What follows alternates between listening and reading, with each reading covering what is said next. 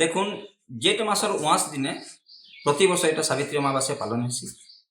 এটা এই পুরাণরে প্রমাণ অছে পদ্ম পুরাণরে যে সাবিত্রী সত্যবানকে পাইবার লাগি যম ঠানু সে তাকে স্বামীকে ছড়াই আনিଥିଲେ।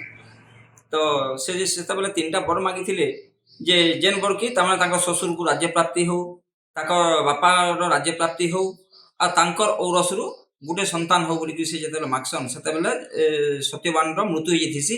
ସେତେବେଳେ ଯମରାଜା ତାମାନେ ତଥାସ୍ତୁ କହିଦେସନ୍।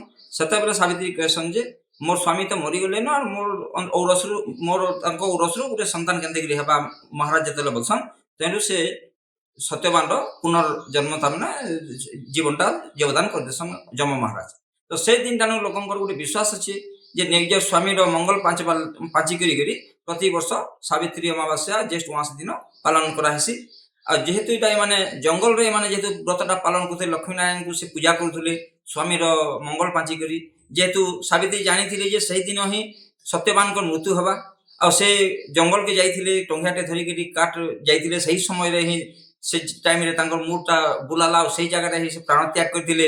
ତ ସେ ଜଙ୍ଗଲ ଭିତରେ ସେ ସାବିତ୍ରୀ ଅମାବାସ୍ୟା ସେ ତାମାନେ ଜୀବଦାନ ପାଇଲା ପରେ ସେନା ହିଁ ସେ ଲକ୍ଷ୍ମୀନାରାୟଣଙ୍କୁ ପୂଜା କରିଥିଲେ। ଆଉ ସବୁଦିନ କେନ୍ତା କରି ତାଙ୍କ ସ୍ୱାମୀ ଭଲ ରହିବେ ସେଟା ତାଙ୍କର ଏଇଟା ଅଭିଳାଷ ଥିଲା ଆଉ ସେ ଭଗବାନଙ୍କୁ ମାଗିଥିଲେ।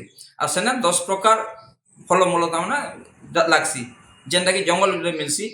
ଆପଣଙ୍କର କେନ୍ଦୁ, ଚାର, ଆପଣଙ୍କର ବଢ଼ଲ, এই সীতাফল, ଆପଣଙ୍କର ଏଇ ଲେମ୍ବୁ, ସାନ୍ତରା, ତହିଁରୁ ଆପଣଙ୍କର ଆଙ୍କେଲ ଫଲ, ଏମିତି ଗୁଡ଼ାଏ ଫଲ ତାମାନେ ଜଙ୍ଗଲରେ ମିଲ୍ସି। ସେଇ ସବୁକେ ନେଇକରି ପୂଜା କରାଯାଏସି ଆଉ ଲକ୍ଷ୍ମୀନାରାୟଣଙ୍କୁ ସନ୍ତୋଷ କରାଯାଏସି।